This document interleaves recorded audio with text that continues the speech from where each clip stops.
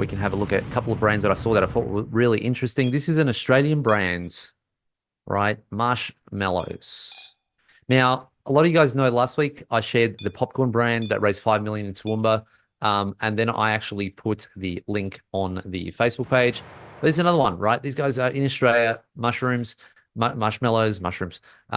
brands, which I thought was super, super cool. And I'm actually, here we go, made in Australia, handmade, small batches.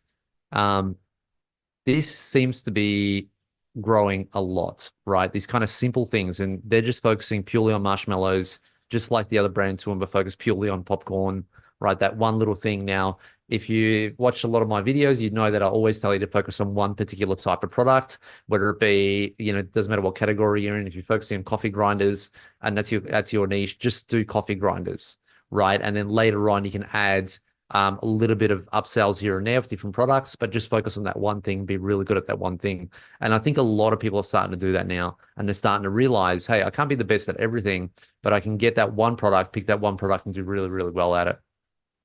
Oh, has anyone actually ever tried these? I can't see a screen, or is it my settings? Yeah, it's probably your settings. You probably just lost the page, so you might just have to open it up.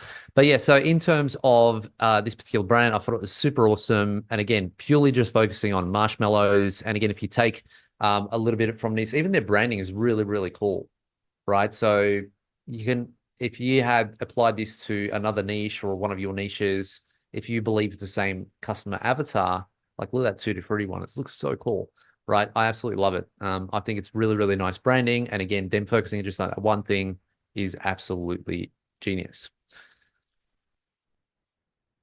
All right, another thing is these Alpha Pals. So this is a brand that is still fairly new. And all they did, now I don't like really saying all they did because they actually did a lot to get to this stage. But really, in terms of what the actual product is, it is just let me get the other page. That's a video. They didn't realize a video. But basically what they are is actually just stuffed letters, right? Cozy plush letters.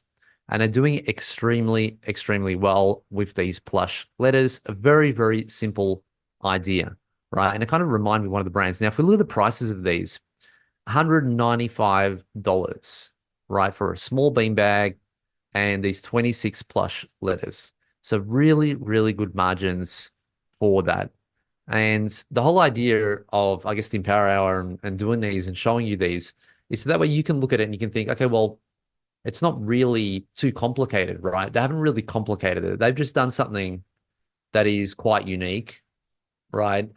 So you probably get a lot of these plush, or probably get a lot of letters on maybe blocks and toys and things like that, but no one has actually really done them in a plush form. So they decided to do it in a plush form, and you can see they're doing well. And again, how can you actually apply this to your particular business? Can you or can't you? But it actually reminded me of another brand, which is what was called the Terribles, which I mentioned a little while ago, which is a stuffed toy, right, for dogs.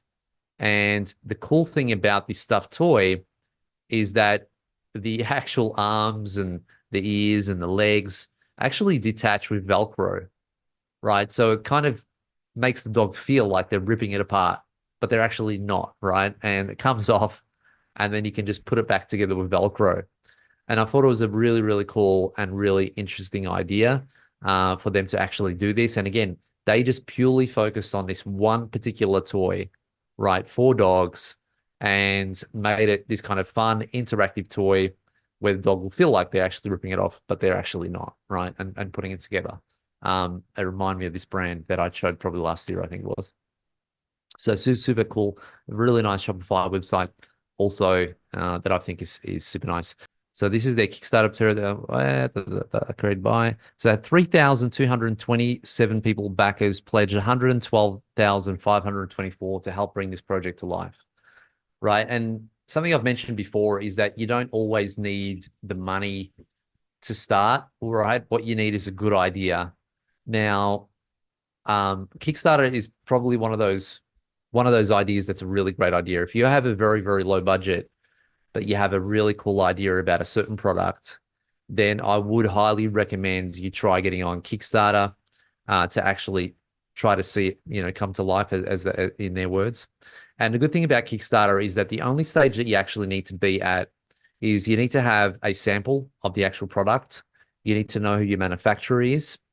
You probably need to do will need to do a video of your story about why you're actually launching a product, what your idea is, and that's it, really, right? So, and of course, you need to know the roadmap of where you're going to go and exactly how you're going to take this business to the next level, right? And what you're going to do with that money. And the great thing about Kickstarter I've mentioned before is that people aren't actually buying a share into your business.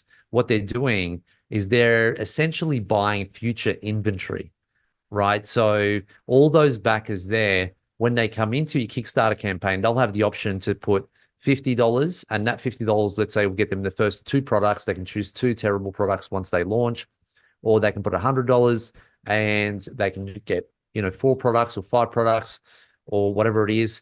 So it's a really, really good idea to raise funding in your business in Kickstarter if you can. If you have a cool idea, if you don't have any money at all, then I would highly recommend taking a lot longer to do your research and development into one product, and then really studying Kickstarter and getting on Kickstarter. And the good thing about this is it will actually validate your idea whether or not it's a good idea too, right? So yeah, it could be very, very cool. So there you go.